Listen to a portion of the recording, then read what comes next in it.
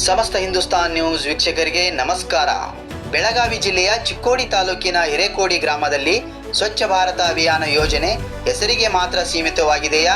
ಕಸ ವಿಲೇವಾರಿ ಮಾಡುತ್ತಾರೆ, ಆದರೆ ಹಿರೇಕೋಡಿ ಹಳ್ಳಗಳಲ್ಲಿ ಯಾವುದೇ ಸ್ವಚ್ಛತೆ ಇಲ್ಲ ಎಂಬುದು ದುರಾದೃಷ್ಟಕರ ಸಂಗತಿಯಾಗಿದೆ. ಗ್ರಾಮೀಣ ಪ್ರದೇಶಗಳಲ್ಲಿ ಕಸ ವಿಲೇವಾರಿ ಮತ್ತು ಸ್ವಚ್ಛತೆ ಕಾಪಾಡುವ ಬಗ್ಗೆ ಗ್ರಾಮ ಪಂಚಾಯಿತಿಯ ಅಧಿಕಾರಿಗಳು ಜಾಗೃತಿ ಮೂಡಿಸುತ್ತಿದ್ದಾರೆ. ಆದರೆ ಇಂದಿಗೂ ಹಿರೇಕೋಡಿ ಗ್ರಾಮದಲ್ಲಿ ಅಸ್ವಚ್ಛತೆ ಕಾಣುತ್ತಿದೆ. ಇತ್ತ ಕಡೆ ಗ್ರಾಮ ಪಂಚಾಯಿತಿ ಅಧಿಕಾರಿಗಳು ಗಮನ ಹರಿಸುತ್ತಿಲ್ಲ. ಯಾಕೆ? ಸ್ವಚ್ಛ ಭಾರತ ಅಭಿಯಾನ ಎಂಬುದು ಗ್ರಾಮ ಪಂಚಾಯಿತಿಯ ಕಟ್ಟಡದ 4 ಗೋಡೆಗಳ ಮಧ್ಯ ಸಭೆಯಲ್ಲಿ ಮಾತ್ರ ಸೀಮಿತವಾಗಿದೆಯಾ? ಅಧಿಕಾರಿಗಳು ಕಣ್ಣು ಮುಚ್ಚಿ ಕುಳಿತಿರುವುದಕ್ಕೆ ಕಾರಣ ಏನು?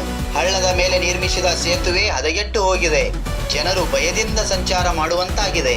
ಈ ಸಮಸ್ಯೆಯನ್ನು ಪರಿಹರಿಸಲು ತಕ್ಷಣ ಕ್ರಮ ಕೈಗೊಳ್ಳಬೇಕು ಎಂದು ಗ್ರಾಮಸ್ಥರ ಪರವಾಗಿ ನಮ್ಮ ಹಿಂದೂಸ್ತಾನ್ ನ್ಯೂಸ್ ಕಡೆಯಿಂದ ಒತ್ತಾಯಿಸುತ್ತೇವೆ.